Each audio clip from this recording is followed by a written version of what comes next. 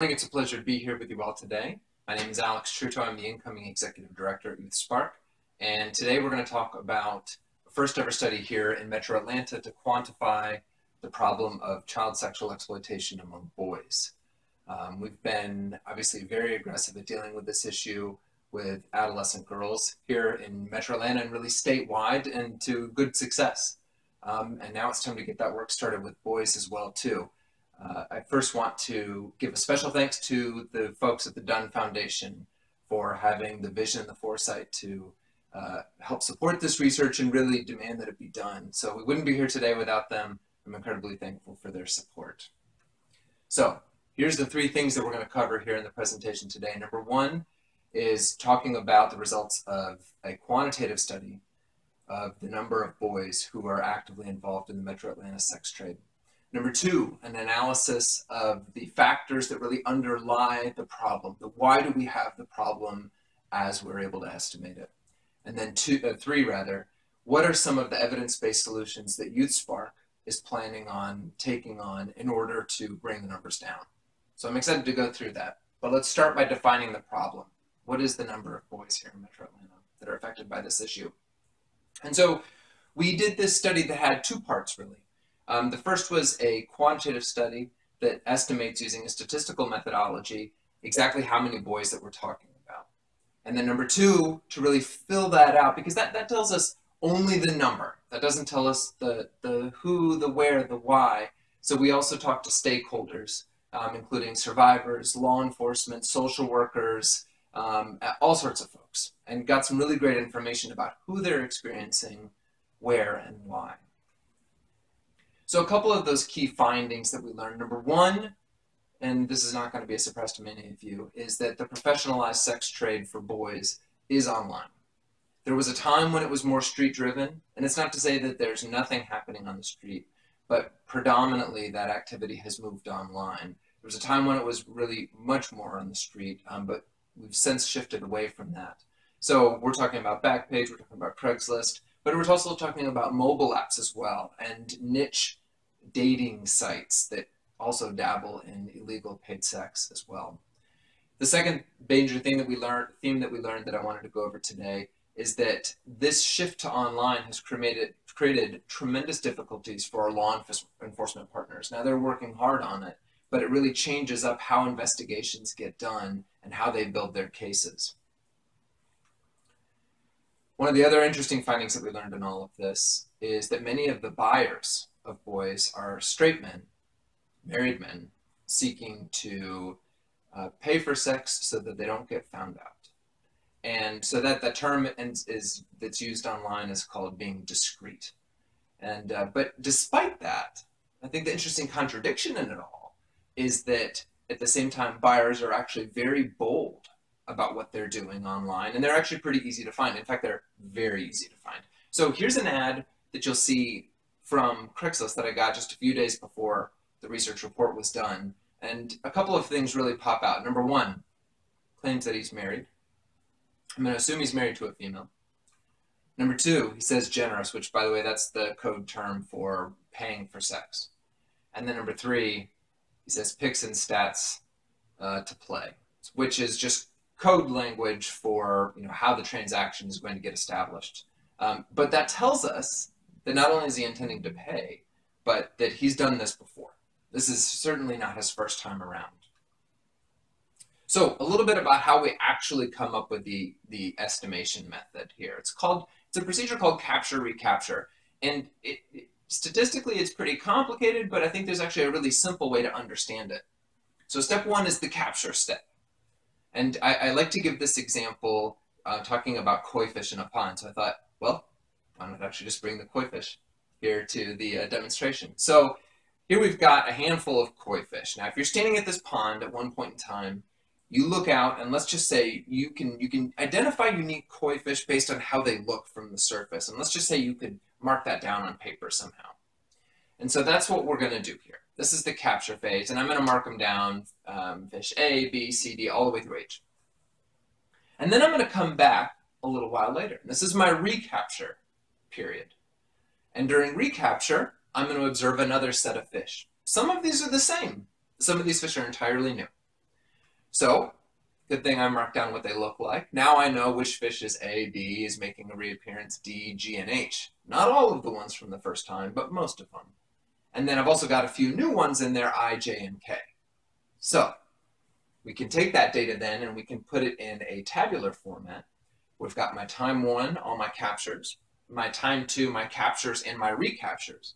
And that information alone gives us what we need to come up with a pretty robust estimate of the total number of fish in that pond. In fact, all you gotta do is a little bit of math here. So you just, maybe we can study the equation at home. This is actually the first of a few different equations, and there are simpler ways to do it, but based on how the data was structured, we had to use a more advanced method here for this study. So what did we do? We're obviously not counting koi fish, we're counting boys in the sex trade. What we decided is, let's actually count all of the males in the sex trade in Metro Atlanta and then figure out what percentage of that trade is underage. So we, as the research team, created online ads across every major web property that deals in illegal paid sex here in the Metro Atlanta area. And we had those ads up on an ongoing basis, tons of ads over a 4-week period. We had profiles on all the major mobile apps that facilitate this kind of activity, and really any website that was a part of it. And so all in all, we had 115 different, I'm going to say sellers in quote here, respond to us. Now, an important point about that, we're not trying to delineate at this point whether or not we're speaking to a trafficker or someone who's pimping out that person, or whether we're speaking to that actual person, or whether there's even a trafficker in the mix. We don't know. We honestly don't know. So that's not really the point. The point is just to count the number of people by age. So sellers is definitely in quotes here. So 115 total responded over that 4-week period. Most of them are over the age of 18 or 18 or over. So what does it actually look like? Well, here's what it actually looks like. You've got about half of Metro Atlanta's male sex trade being what we would call older individuals. That's age 23 and up. You become old in this industry pretty fast. And then about half are younger individuals under the age of 22. And we're talking about 638 males overall. And this is just 1 month. Now this is males of all ages, 638, about half younger, half older. Of those who are younger, the age breakdown is that 17% of them, almost 1 in 5, are under the age of 18. They are children. So that's a pretty significant percentage. Now, that comes out to be about 50 or so boys per month. And I know that may not sound like a lot at first, but I'll remind you when we were first estimating the number of girls in Metro Atlanta sex trade, I think the first count around we were observing like a total of 250. So this estimate is pretty much in line with what we were experiencing with girls at the time. And then there's some other reasons to pay attention to that too, but I would suggest that this is an underestimation. And part of that is because we're not talking about street level survival sex. That is less about the professionalized sex trade and more about opportunistic exploitation that's happening on the streets when a child is in need. But fortunately, we are actually addressing that right now with a great research partnership that we've got going on. The Dunn Foundation has been, again, very gracious in supporting that study, and we hope to have those results out by the end of this calendar year. So expect these numbers to go up. So why do we have it? Why do we have about 50 boys every month that are involved in Metro Atlanta sex trade? Well, there's 3 things, there's a lot of reasons, but there's 3 big ones that I'd really like to go over with you today. The first is that buyers drive the market. The second is that the risks to buyers are actually quite low. And then the third is that few of the people who could be looking know how to. So looking is in quotes here for a reason, so more on that shortly. So first, buyers driving the market. Well, we don't have a hard estimation of the exact number of guys at this point. But what we do have is a demonstration of what it can look like. And so what we did is we created just one ad, a simple little experiment. So here's that ad. And we posted this ad on Backpage. And notice the age is 20. There's a couple of reasons for that. Number 1, you're not allowed by Backpage to say that you're under the age of 18. And number 2, we know from feedback from a lot of survivors that the average ages, and from law enforcement too, the average ages at which adolescents are posted for sale online is between the ages of 20 to 22 or 23, somewhere in that neighborhood. So in other words, it's just filtering out the number of people who say they're 18 isn't a way to identify victims in the sex trade online. So we said age 20. And then you'll notice right here in the middle, we've got a link, and it looks like the link goes to Flickr, which is a photo sharing website. But it doesn't. It actually goes to a totally different server, and that server allows us to figure out how many people are actually clicking on that link. So we wanted to know who's going to click on the link. 235 people. 235 people clicking on one ad over just a few days. That's not 235 clicks. That's 235 different people clicking on the link. Different IP addresses, which by and large we're assuming to be different people in this case. Which seems like a pretty staggering amount when you consider the volume of ads that are actually out there. And maybe it is. But the best part about it is that we know where they live. So here are those links, or those people who clicked on those links, and what we're able to do is take their IP address, and we're actually able to geocode it to figure out where they're clicking from. Now, these aren't the actual like street mailboxes of people's addresses. Not only would that be a total breach of ethics, and but it would be unsafe. And so these are approximate locations. They're relatively close, but you couldn't go actually finding an individual person on this. And it's important to remember too that just because someone clicked on that link doesn't even necessarily mean that they were a buyer or even were going through the transaction. Having said that, it's hard to imagine why someone would have navigated to Backpage, navigated to the escort site of Backpage, clicked on one ad, decided to read that ad, see the link in the ad, decided to click on the link in that ad if they were there for reasons other than to possibly purchase sex. So these are those dots. Now, we're not able to geocode 100% of them, so you'll notice that's obviously not 235, but the distribution of these link clickers is very consistent with what we've heard and studied about demand in the past in Atlanta, which is it's not an inner city problem. It's a problem with the suburban, the larger metro area. And that's really important. But I'm actually zoomed in a little bit here. So let me zoom out. Now, these are all of the people in Georgia who clicked. So now you can see even more of the dots. And we've got down in Augusta, we've got several people in Macon, someone up in the Chattahoochee National Forest, and then someone down in Statesboro clicked on the link too. So clearly, kids for sale in Atlanta is a statewide problem. Clearly, our buyers are all across the state. But I'm actually still zoomed in. Here's the real map. Of those 235 people that clicked the link, this is where they geocoded to around the United States. And they were all within the United States. We've got a buyer, even or prospective buyer, we would assume, even so far as Hawaii. Now, are these business travelers who are planning their trip back or planning their trip out, or is it even traveling at all? We don't really know. Could this be people engaging in some type of voyeurism? Yeah, it could be. We really don't know enough just yet about who these buyers are and what they're doing. But I think it's really important to note that a child in Atlanta is really getting connected with people from across our entire country. So while we have to address this issue at the local level, we have to recognize that it is inherently connected at a much larger level too.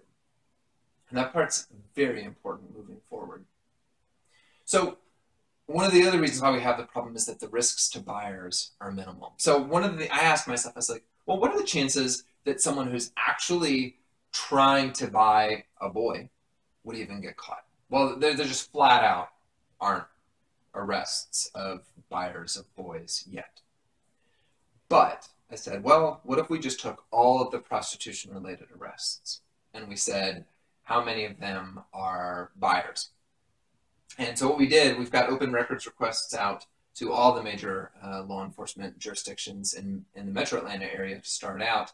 And we've heard back from Atlanta, Cobb, and Gwinnett. We've gone through all of the arrest records because the problem is a prostitution-related offense, a solicitation offense, gets applied to the person who's bought as well as to the person who's who's doing the buying.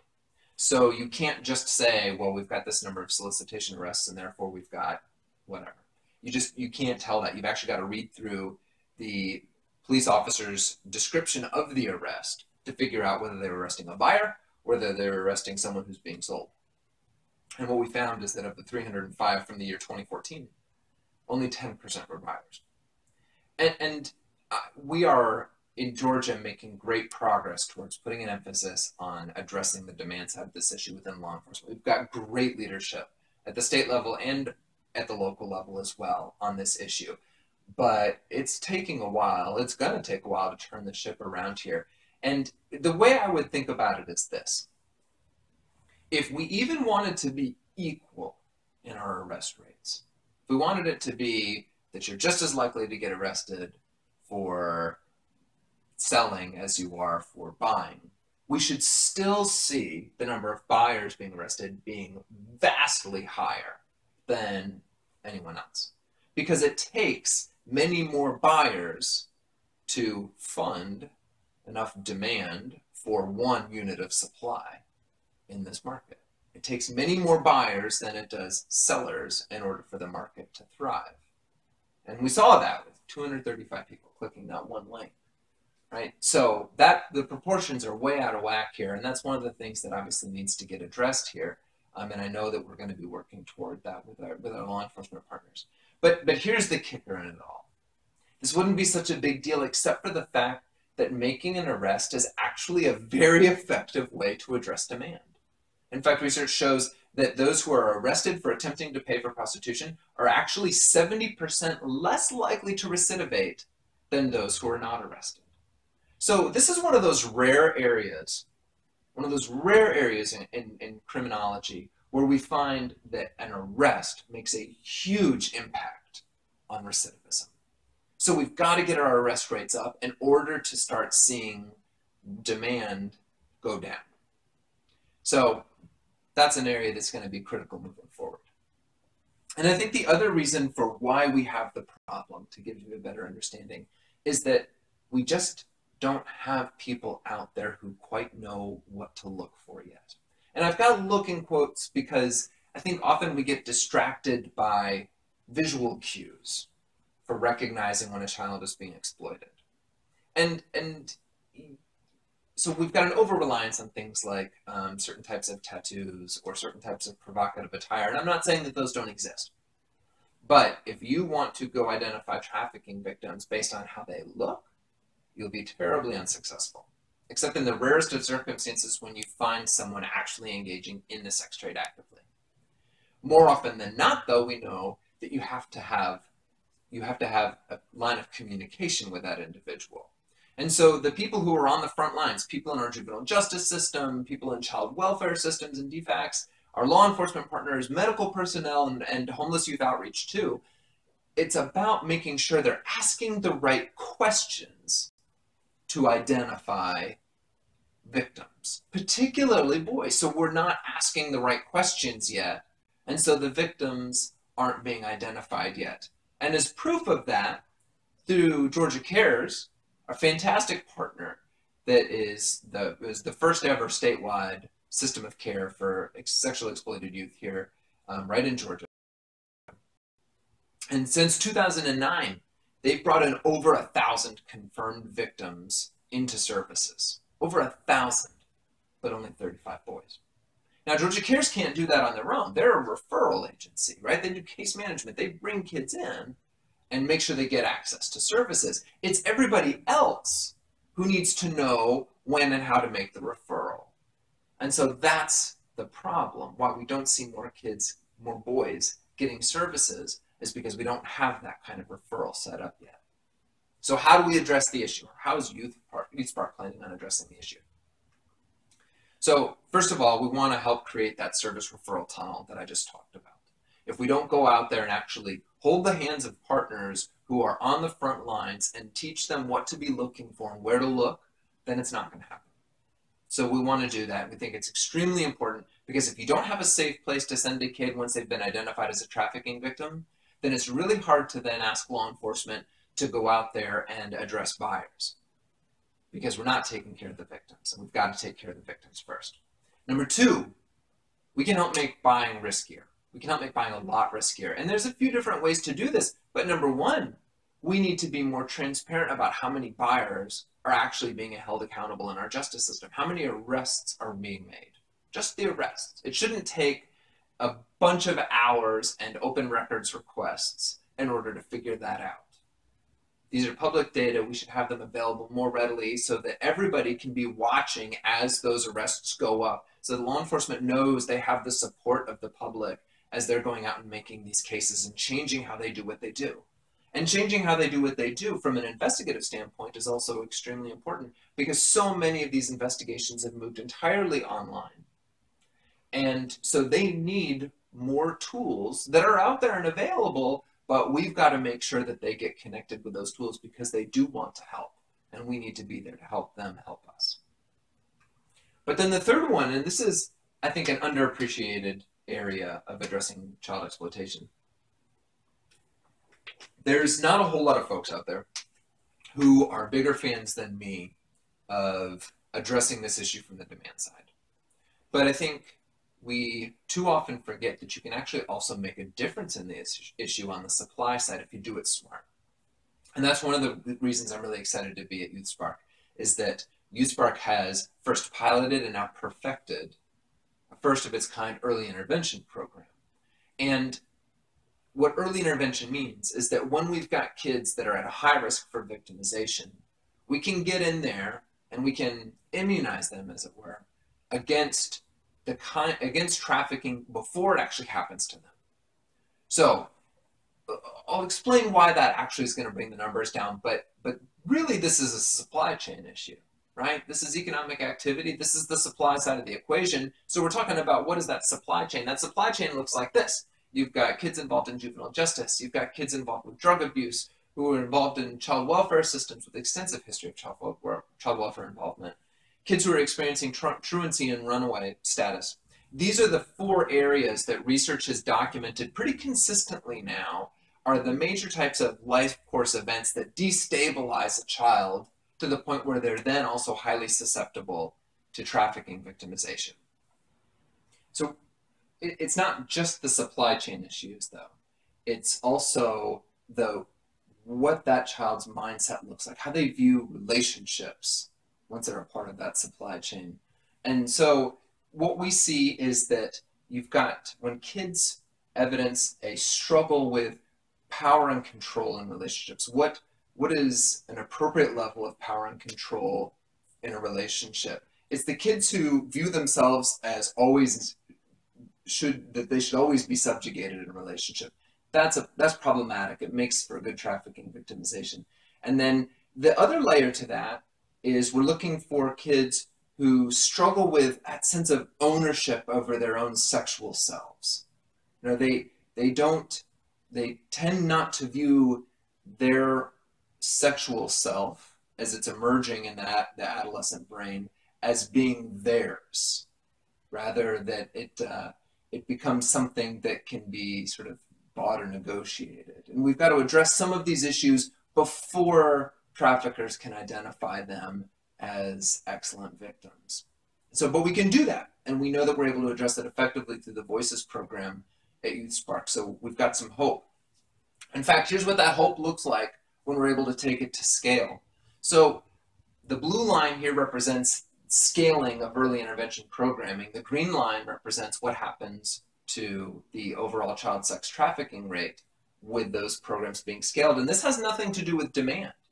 So this is independent of all the great work that our law enforcement personnel are doing and going to be doing to address demand. This is just early intervention alone. Now, I'm not talking about a bunch of kids passing through the youthSpark offices. I'm talking about early intervention being a fundamental part of how all of our service organizations are dealing with kids who are also high risk for trafficking victimization. And so, you know, when kids are passing through not just the courts, but when they're passing through drug intervention programs, when they're passing through homeless intervention programs, when they're dealing with, when they're passing through truancy prevention programs, when they're put through child welfare systems, those are opportunities for us to get early intervention in front of them. And so we can reach a substantial number of high-risk youth if we can just be smart about how we're getting early intervention programming in front of them. So there's great opportunity. And if we do that at scale, it'll actually bring our trafficking numbers down. And then once we're also addressing demand more effectively, once we get those arrests going, then the numbers are going to even plummet farther down from that. And so this is where youthSpark is wanting to go. We've got to do it with boys. We also have to do this as it affects girls as well too. I'm hoping that you'll be able to support us as we do that, because we really can't do it alone. And one of the things that I love most about youthSpark and why I'm excited to be here is that we've got a great tradition of really generous individual donors around here. And that's what allows us to do this kind of cutting edge work before there's a federal grant opportunity that even exists for it. It's when brave and courageous individual donors step up and say, this matters, we'll support it. That's how youthSpark is able to make this kind of difference. And it's with the help of the Dunn Foundation that we were able to do this today. We're eternally grateful for their leadership in this space too. But if you'd like to help us out even further, then you can either go online to make a donation, and you can note that this is to support our boys' work, or you can give us a call at the office. We'll be happy to help you there too. I hope you'll consider it. And thank you very much for your time today. Bye-bye.